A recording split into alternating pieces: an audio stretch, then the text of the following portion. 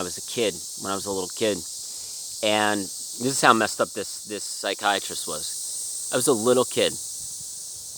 I don't know how old I was. And he told me, you're most likely never going to have friends in your entire life. You're going to go through your life, you're going to have no friends. And you're never going to have a solid, really good relationship with anybody in your entire life. I was a little freaking kid, man.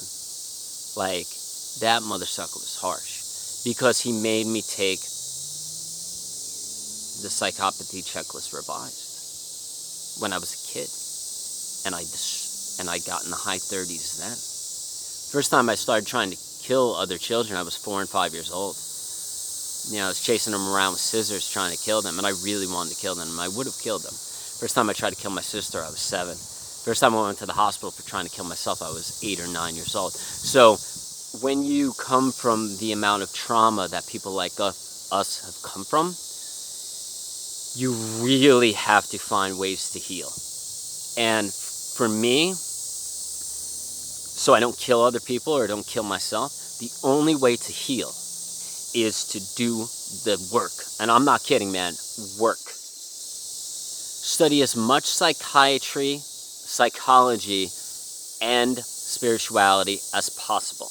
Because the only answer to curing trauma, or not being a narcissistic bastard, or not being a psychopath, or not being your BPD, or bipolar, or any of those symptoms, or like severe depression, is find out where it went wrong. For me, it started at age 3, right? And it started in the womb, actually, because my parents were under so much stress, and my mom was so depressed that that when you come from a family, and I wrote this in my ebook,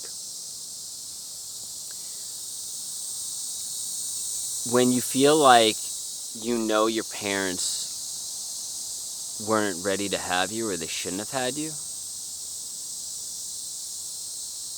you don't understand why they had you. You don't understand why they gave birth to you. Be like, why'd you bring me into this world?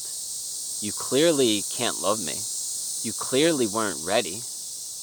You have so much of your own trauma and your own baggage as adults. You're not even really adults.